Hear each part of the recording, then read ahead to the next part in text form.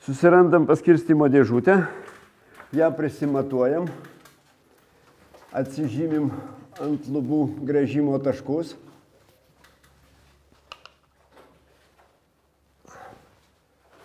Atsižymėję dėžutės gręžimo taškus, imsimės gręžimo darbų. Tam reikalingas perforatorius ir grąžtas. Paimsim perforatorių. Jame įstatytas 6 mm grąžtas. Tam reikalinga užsidėti akinius, kadangi bus vykdomi gręžimo darbai.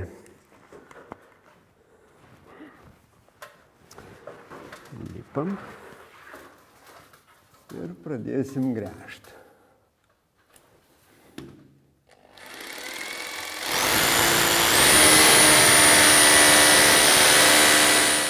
Prasigręžiam tvirtinimo kiaurymės dėžutei.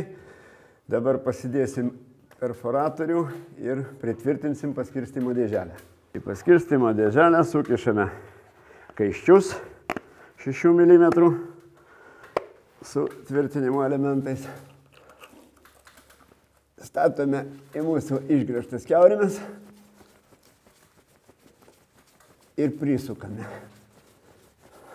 Į mūsų sumontuotą pritvirtintą dėželę buvo atvesta maitinimo linija, nauja maitinimo linija. Ji pratęsiama į kitą koridoriaus galą. Dabar iš šitos paskirstymo dėželės mums reikia užvesti maitinimo laidą į mūsų pakabintą šviestuvą.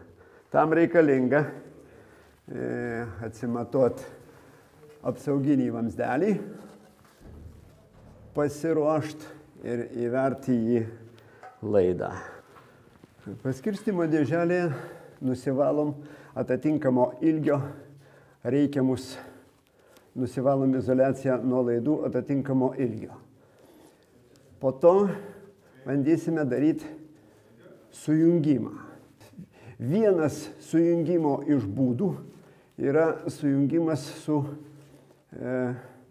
sukamu kontakto laidus, sakykime, įžeminimo laidus ir panaudojant kontaktėlį sukamą. Ir užsukam. Užsukam taip normaliai, užveržiam. Va.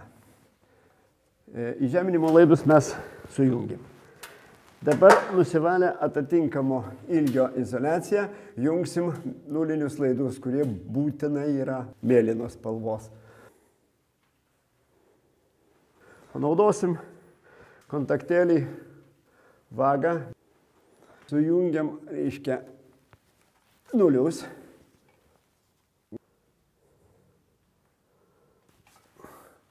Va. 3 į. Čia yra spiruokliniai kontaktai. Jie nebeištrauksi ir kontaktas yra patikimas. Nulius sujungiam. Dabar jungiam vėl atitinkamo ilgio nusivalę izoliaciją. Fazinius laidus, kurie gali būti juodi, rudi, žali, tik nemėlyni. Va, taip pat sukišam į kontaktinę kaladėlę. Sukišam iki atramos, kad užsifiksuotų, traukiant atgal, kad mes jūs nebegalėtume ištraukti. Va. Sutvarkome montažą dėžutėje, tai yra sulankstome gražiai laidukus ir uždarysime dėžutę dangteliu. Dedame dangtelį.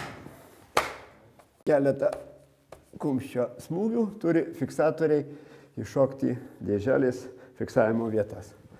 Viskas, dėžutės montažas baigtas.